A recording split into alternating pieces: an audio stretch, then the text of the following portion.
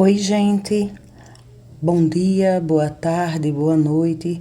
Aqui quem está falando com você é a professora Luciana. E hoje eu gostaria de conversar com você um pouco sobre o eixo social, tá? O eixo social é aquele eixo a respeito de temas que dizem respeito à sociedade, tá? E como exemplo, nós temos a questão da violência urbana, a economia criativa, desigualdade social, mobilidade urbana, proteção à criança e ao adolescente, democratização da arte, manifestações populares, turismo, direito à informação, cultura do cancelamento, padrão de beleza, saúde mental, fraudes cibernéticas, ciência no Brasil, o saneamento básico, que também tem uma relação com o meio ambiente, tá? Mas o saneamento básico, antes de dizer respeito ao meio ambiente, ele é um tema social. Alfabetização, pessoas em situação de rua, alimentação, questões raciais, gênero e sexualidade, a educação em si, de forma geral, meio ambiente, patrimônio público, questões agrárias, moradias irregulares, inclusão digital, analfabetismo digital e várias outras temáticas, tá? Essas foram as que eu me lembrei de imediato. Então vejam, a primeira coisa que eu preciso passar para vocês é a respeito da informação de que o Brasil é um país pobre. Não, gente, essa informação, ela não é verídica. O Brasil é um país extremamente rico, mas é um país rico de pessoas pobres. Por quê? Porque esse crescimento econômico, né, que nós enfrentamos, ele precisa ser associado ao conceito de justiça social. E a justiça social é justamente buscar reduzir as desigualdades sociais, né? Para se buscar o crescimento econômico, é necessário que a gente tenha em mente, deixe-me aumentar o brilho da tela. É preciso que a gente tenha em mente 3 situações: crescer, distribuir e estabilizar.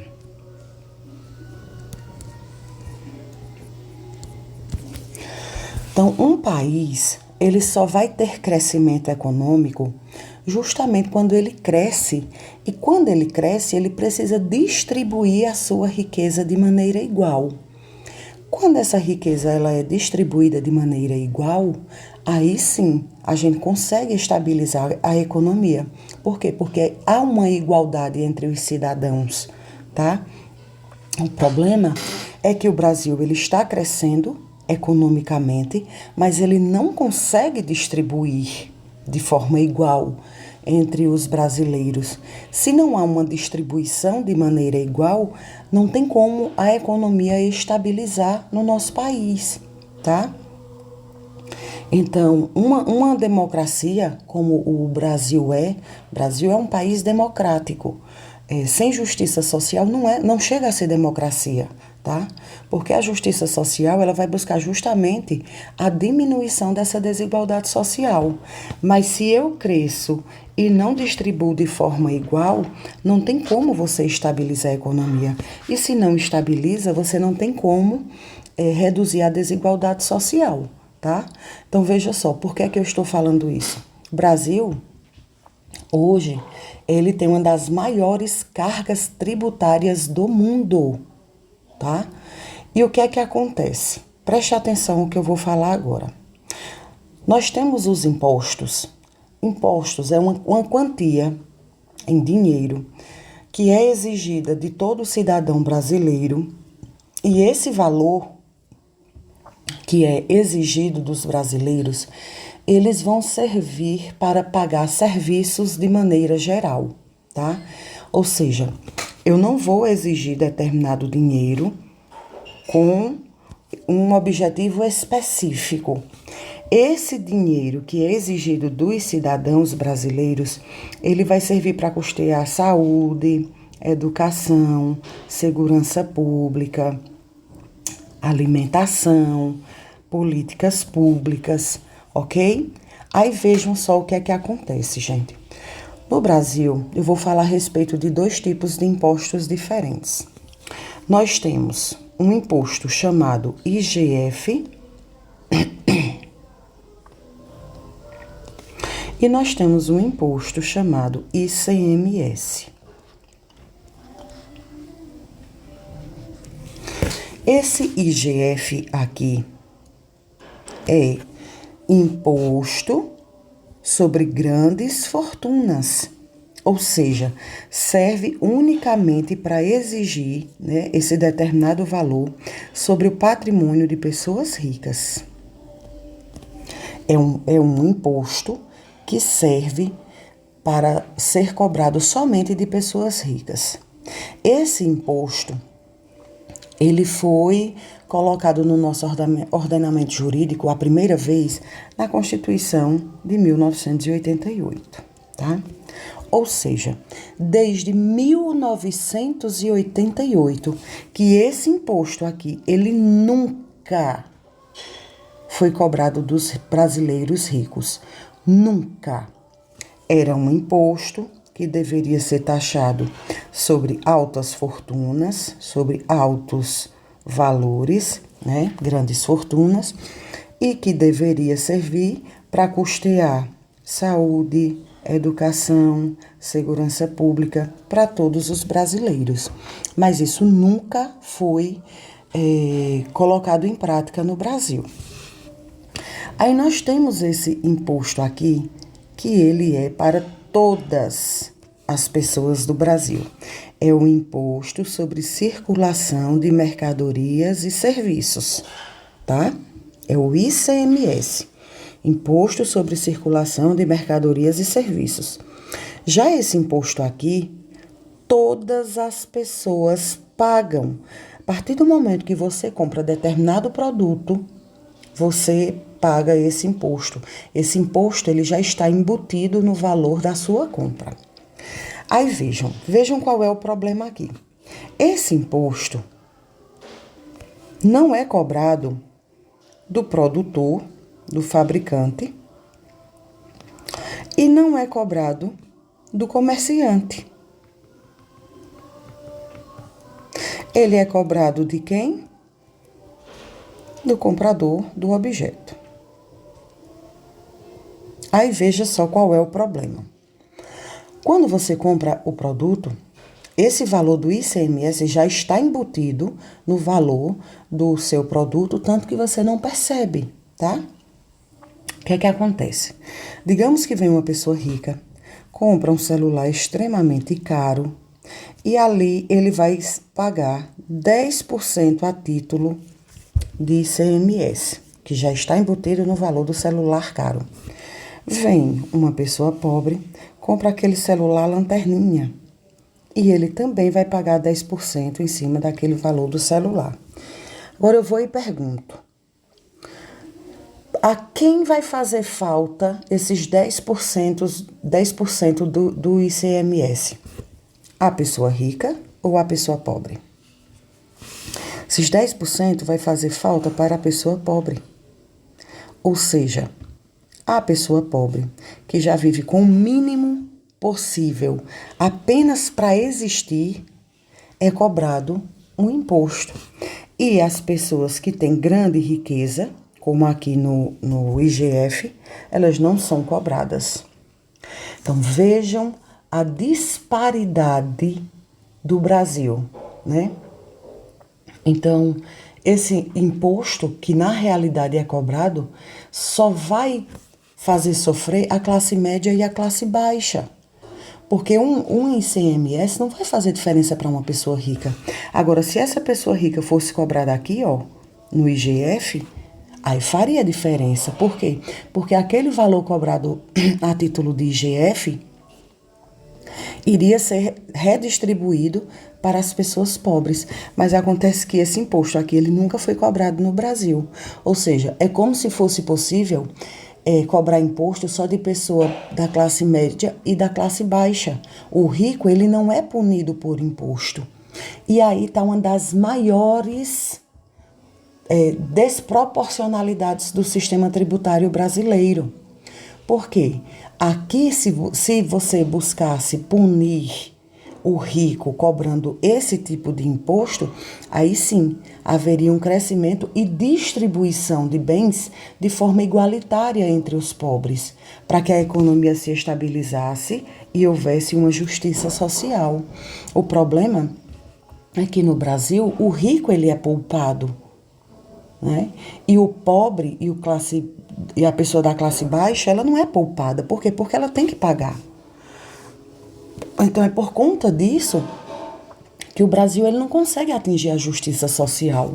Ele não consegue praticar a justiça social. Por quê? Porque ele não consegue dividir de maneira igual. Aí vejam só. Segundo a Oxfam é um órgão internacional que se preocupa de buscar esses dados internacionais. Segundo a Oxfam, as 20 pessoas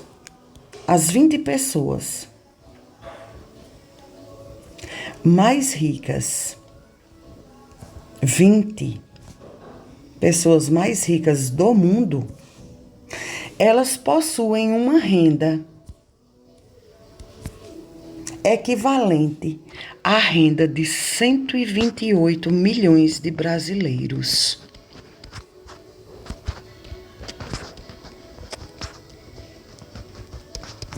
Vocês têm ideia do que é que acontece isso? Então, como é que a gente vai conseguir estabilizar a economia no Brasil se não existe uma política pública de crescimento? Aí você vai me dizer, professora, mas tem a cozinha comunitária, tem o Bolsa Família. Gente, essas políticas públicas aí, né? Em primeiro lugar, o que é uma política pública? Política pública são programas criados pelo governo. Aqui é uma coroa. Que é uma coroa, criadas pelo governo para resolver determinados problemas sociais, tá? Então, o Bolsa Família é uma política pública, a cozinha comunitária é uma política pública. Gente, mas essas políticas públicas aí, elas são políticas públicas apenas de sobrevivência. Por quê? Porque o que é dado nessas políticas públicas não é capaz de fazer você crescer. É capaz de fazer você apenas sobreviver. Como é que uma família muitas vezes recebe R$600, né? Com 3 pessoas, digamos, dentro de casa. Estou colocando o mínimo. Aí você recebe R$600. Como é que uma pessoa da família vai passar o mês com R$200 para comprar alimentação, remédio, vestuário, calçado? Eu estou botando o básico. Como é que uma pessoa ela vai sobreviver com R$200 hoje, com o preço das coisas como estão hoje? Então, essas políticas públicas aí, gente, não é uma política pública para buscar o desenvolvimento social, não. São políticas públicas que buscam apenas a sobrevivência das pessoas.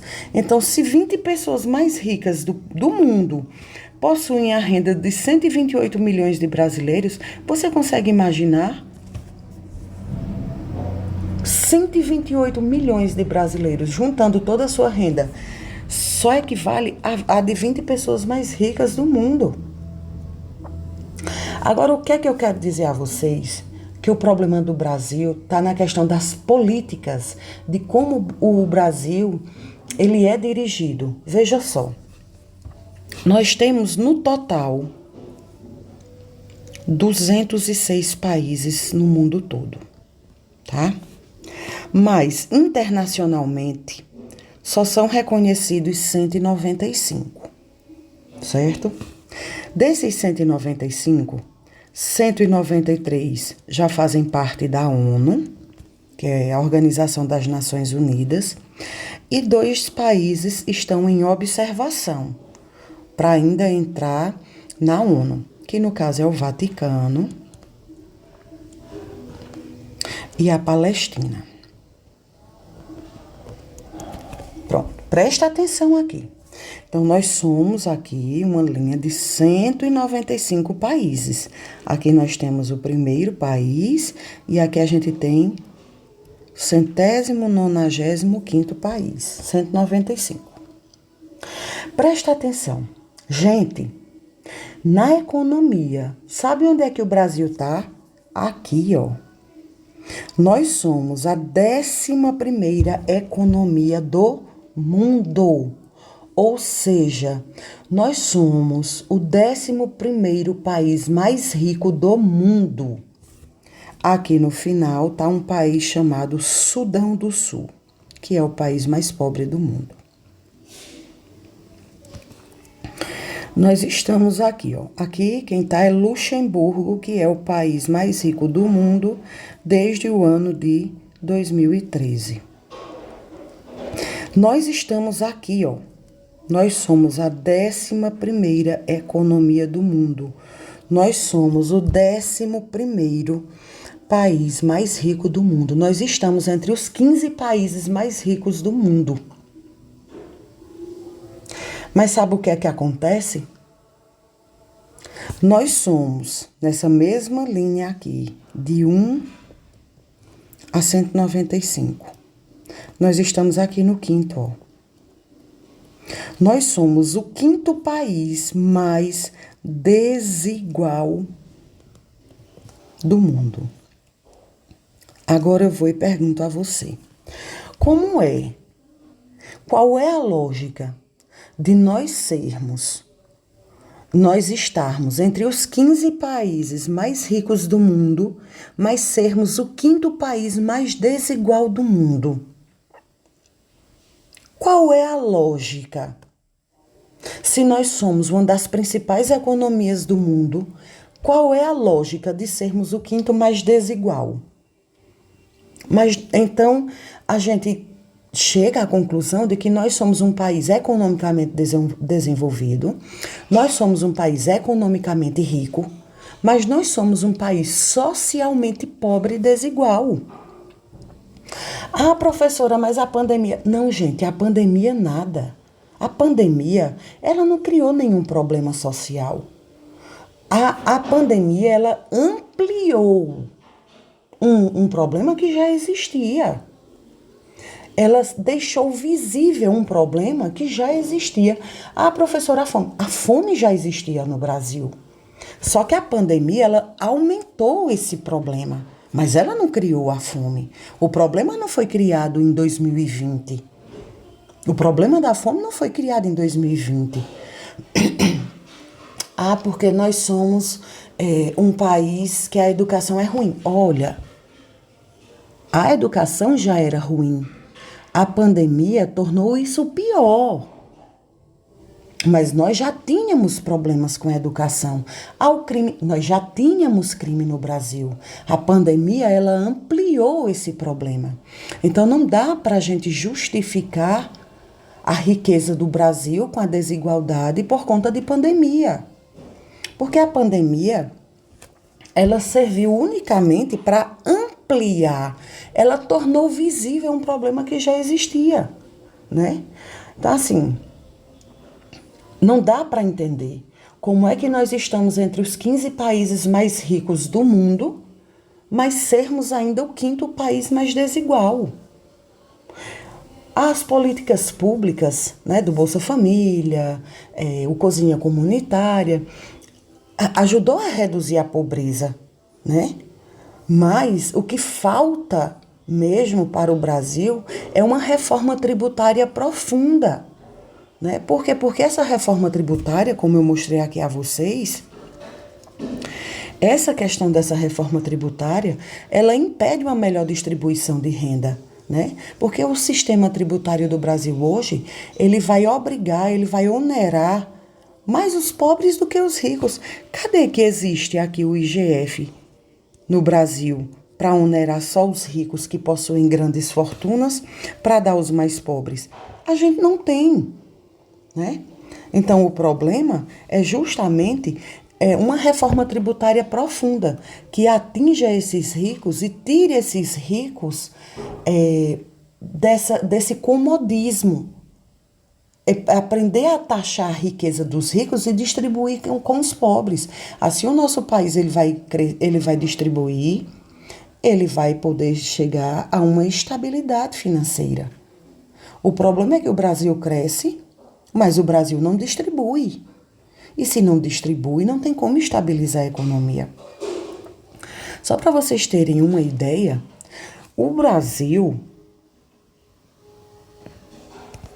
é o maior exportador de grãos do mundo. Brasil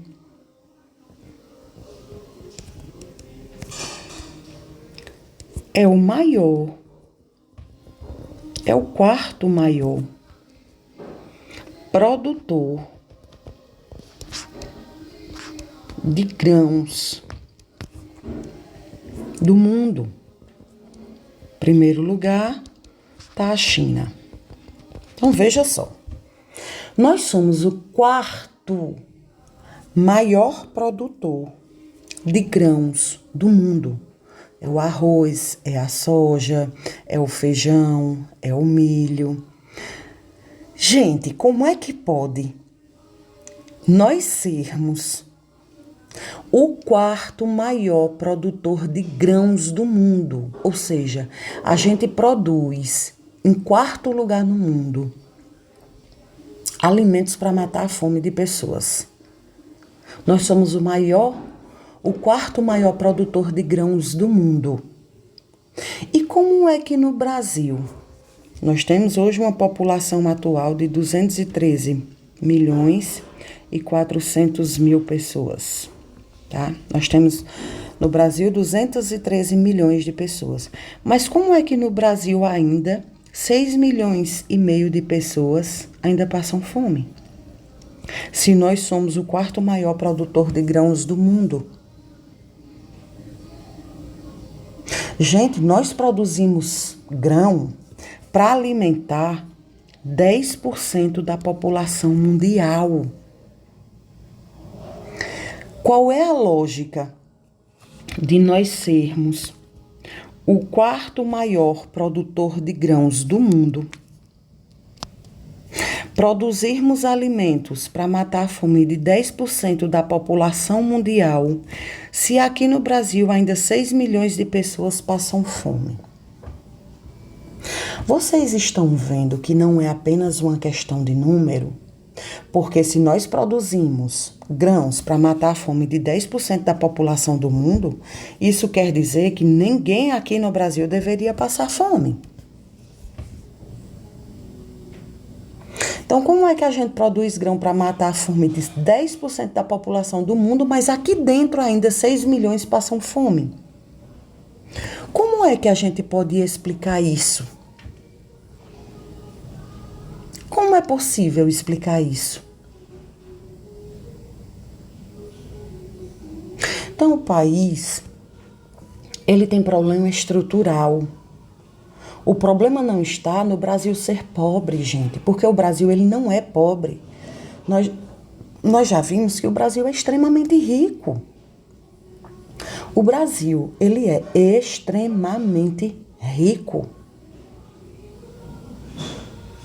Ele é extremamente desigual, mas o problema não está porque está faltando no Brasil. O problema está na questão da divisão. O Brasil ele não sabe distribuir, porque eu tenho poucos com muito e muitos sem nada.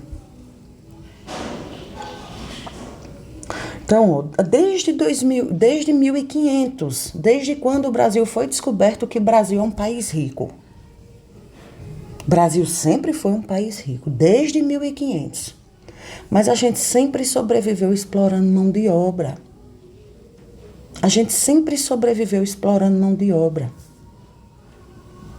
E o problema não está porque o Brasil é pobre. O Brasil é rico. Nós somos a 11ª economia do mundo. Estamos entre os 15 mais ricos do mundo. O problema está nas políticas públicas aplicadas aqui dentro do Brasil. Tá? Então, Portinari, ele pintou sobre a desigualdade social do Brasil, quando ele criou aquele quadro Os Retirantes, quando ele criou O Menino Doente. Graciliano Ramos, ele escreveu sobre a fome, quando ele criou Vidas Secas. Falou sobre pobreza, exclusão social, sobre fome, sobre desumanização. João Cabral de Melo Neto, ele fez teatro sobre a pobreza, sobre a fome, sobre a exclusão social, quando ele escreveu Morte e Vida Severina.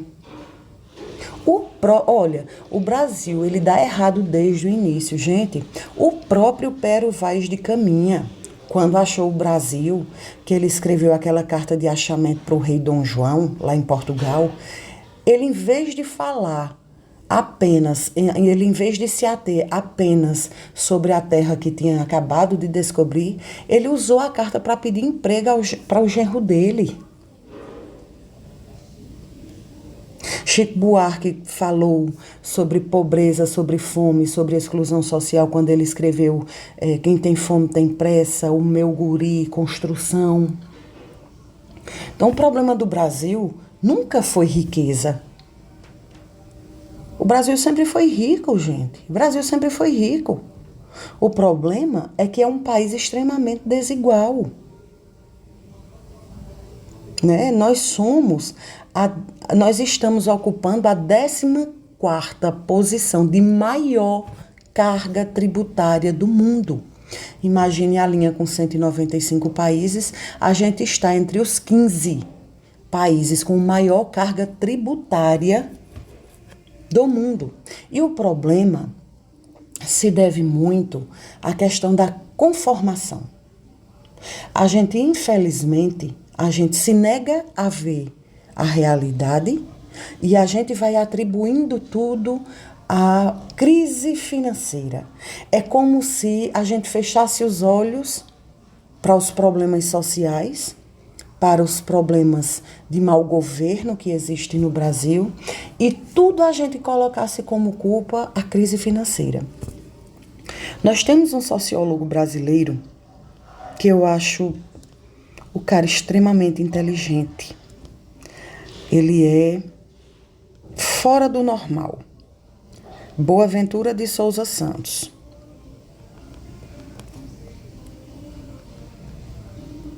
Boaventura de Souza Santos, ele diz que a crise financeira é utilizada para explicar os cortes nas políticas sociais.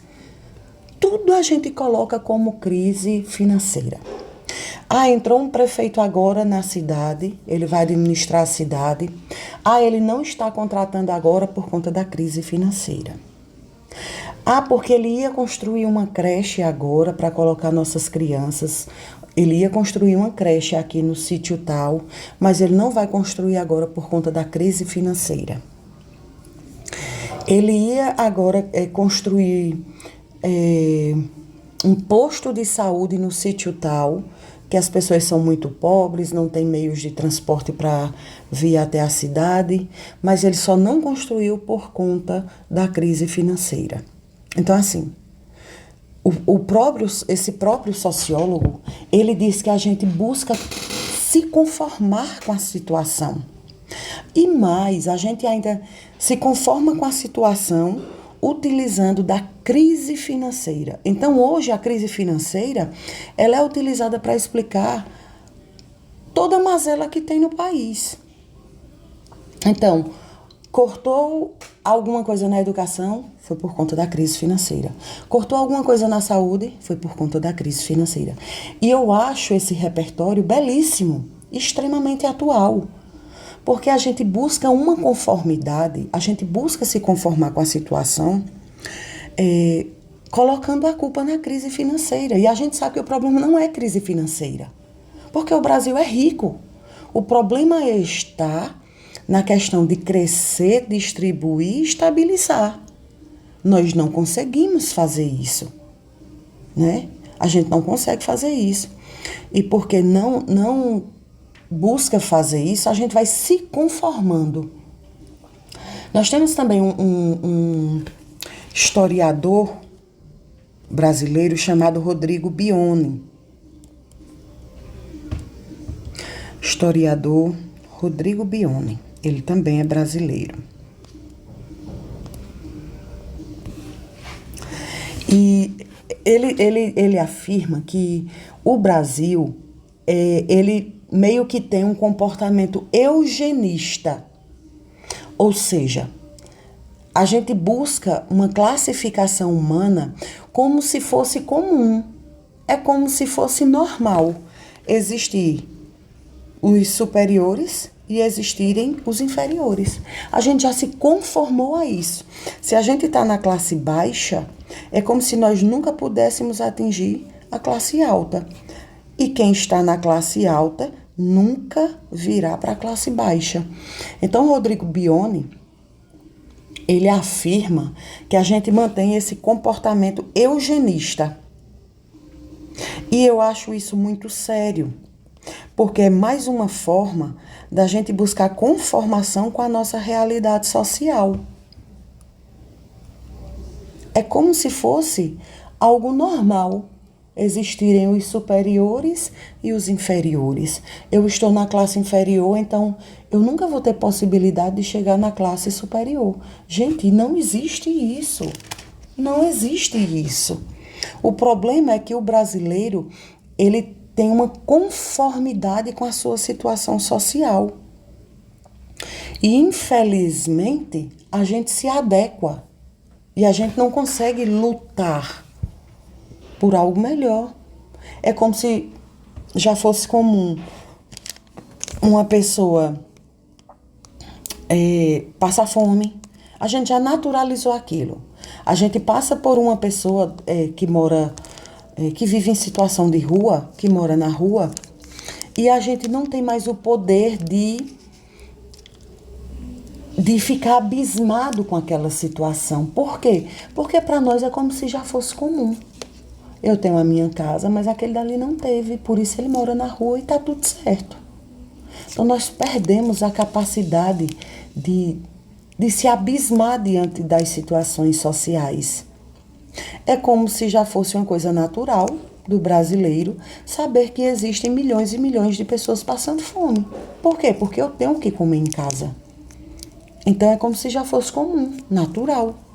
E a gente perdeu a capacidade de se admirar, né? E de lutar contra situações desse tipo. E a gente precisa lutar contra isso. A gente precisa lutar contra isso.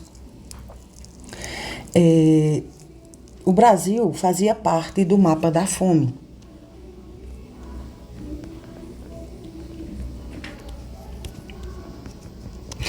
Aí o Brasil saiu oficialmente do mapa da fome ano passado. 2025, o Brasil saiu do mapa. Na realidade, o Brasil nem era para estar no mapa da fome. Nós somos o 4º maior produtor de grãos do mundo, tá? Mas nós ainda temos 6,5 milhões de pessoas que enfrentam a insegurança alimentar. Ou seja, que passam fome. O Brasil saiu do mapa da fome por conta justamente desses programas de transferência de renda, esses programas federais tipo Bolsa Família, por conta da valorização do salário mínimo, que eu não consigo ver uma valorização quando você aumenta R$100 no salário mínimo. E aquele valor que foi aumentado não consegue nem acompanhar o valor da inflação, por conta do apoio à agricultura familiar e por conta de um plano federal do Brasil, chamado Brasil Sem Fome.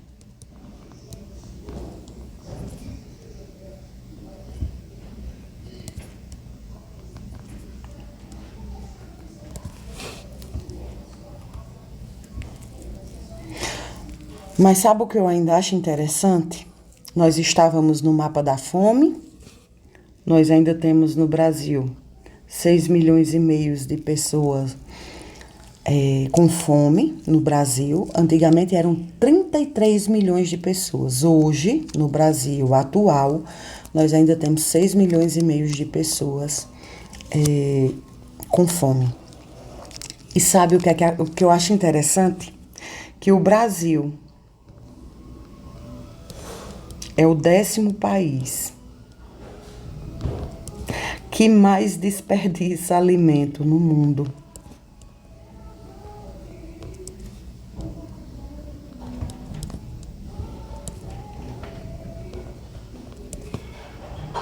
Alimento.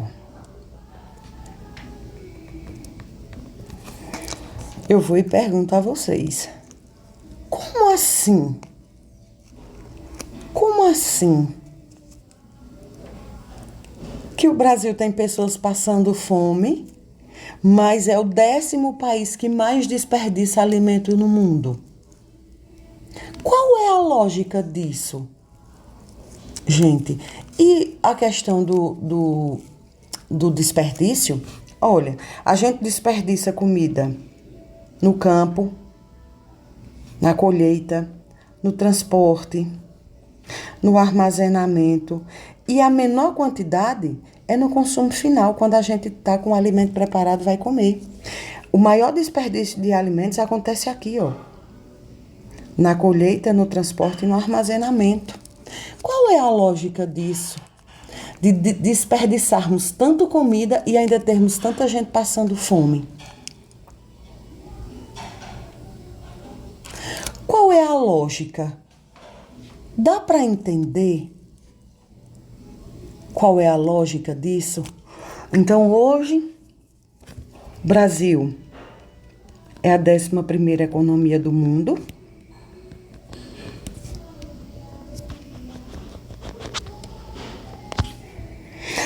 O Brasil ocupa o 5º lugar em desigualdade social.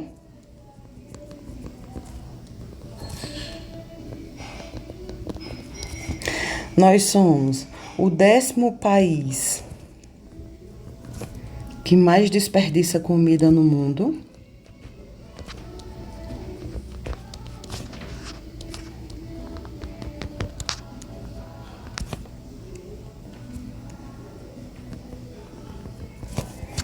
Foi, mas que eu falei aqui. Nós somos o 4º maior produtor de grãos do mundo. Em termos de desemprego, nós ocupamos a posição 78.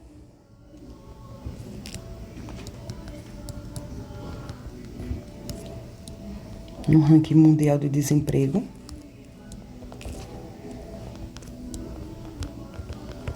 As maiores taxas de desemprego, a maior taxa de desemprego está concentrada aqui no Nordeste.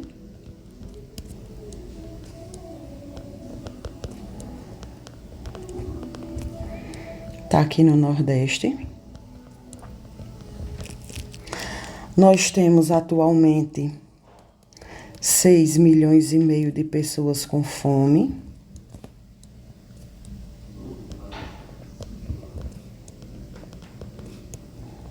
Atualmente, nós temos 6 milhões e 600 mil pessoas desempregadas.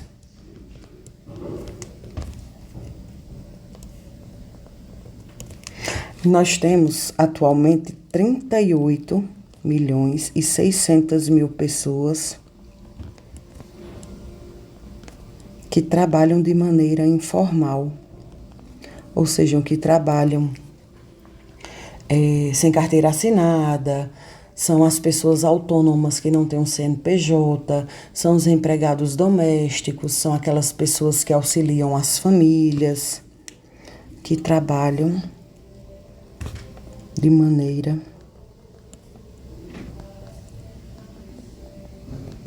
informal.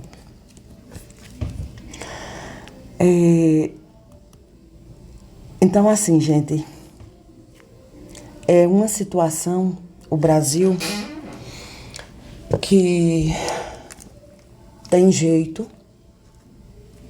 Nós somos um país rico, nós temos uma diversidade cultural como uma das maiores de todo o mundo. A maior parte da floresta amazônica, que é considerada o pulmão do mundo, está aqui no Brasil. E nós temos, nosso sistema de leis é um dos mais completos do mundo. Então, assim, o Brasil tem muita coisa boa. O que está faltando é justamente essa questão de crescer, distribuir e estabilizar a economia, para que a gente possa ter menos pessoas passando fome, para que a gente possa ter um maior número de empregos, para que a gente possa não desperdiçar comida, para que o Brasil se torne um país mais igual, para que haja mais empregos formais, né? O Brasil, ele tem solução, tá? Então, hoje eu encerro essa minha aula sobre o eixo temático social e depois a gente vai fazer um estudo sobre o meio ambiente, tá? Um abraço e até a próxima.